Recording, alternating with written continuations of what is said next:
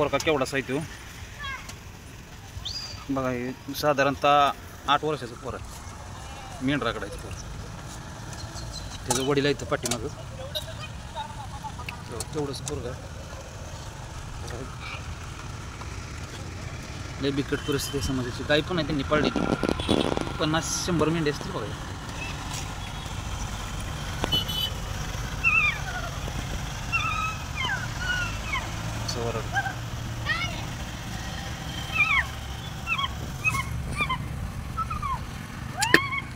बारक्या शाळेत जात नाही रे? का रे? गाव कुठलं? येवत बसलाय वे. नमस्कार मित्रांनो, आमचा वारसा या चॅनलला सबस्क्राईब करा, लाईक करा, शेअर करा, कमेंट करा आणि बाजूला जी घंटा दिसते त्या बेल आयकॉनवर प्रेस करून ऑल वरती क्लिक करा, म्हणजे येणारे सर्व व्हिडिओ तुम्हाला पाहण्यास मिळतील. सगळ्यात अगोदर व्हिडिओ पहा.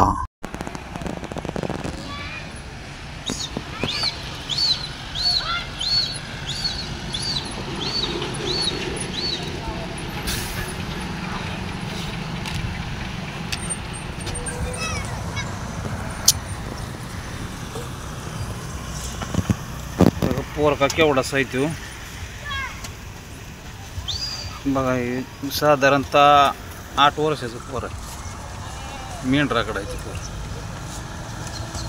त्याचं वडील आहे इथं पाठीमागं. तेवढंच पोरगा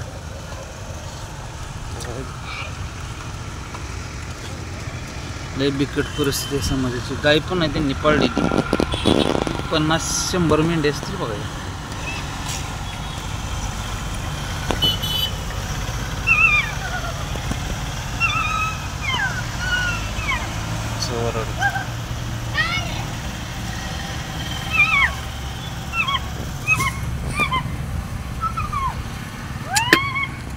बारक्या शाळेत जात नाही रे? का रे? गाव कुठलं? येवत बसलाय वे. अरे ते सिद्ध खाकेला ओळखतो का? हा, आडनाव काय रे पाहुण्या?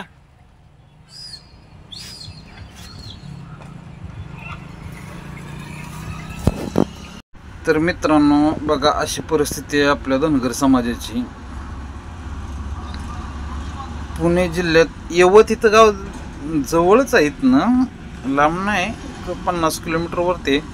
पण तो मुलगा 8 ते 10 जास्तीत जास्त 11-12 वर्षाचा मुलगा असतो. 12 वर्षाचा मुलगा आज त्याचं शिक्षण घ्यायचं वय आहे.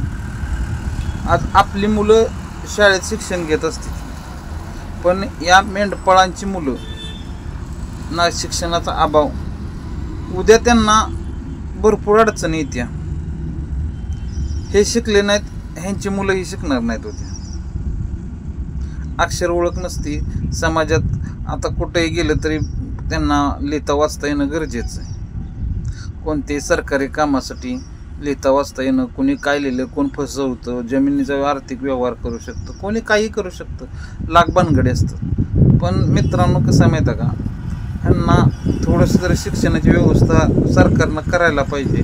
तर समजा यांची मेंढरं साधारणतः माझा अंदाज ही मेंढरं खाली घाटाच्या खाली जात असतील. मुंबईच्या साईडलाच काय ते बोलतात तिकडं वाशिम, भिवंडी, शहापूर ह्या साईडला जात असतील यांची मेंढरं, किंवा इकडं कोकणाकडे जात असतील, किंवा पलीकडं तिकडं पलीकडं नगर साईडला तर जात असतील. पण आता हे दसऱ्यात आला का ते निघतातच मुंबईच्या दिशेने. पण थोडंसं तरी सरकारनं विचार करायला पाहिजे राव.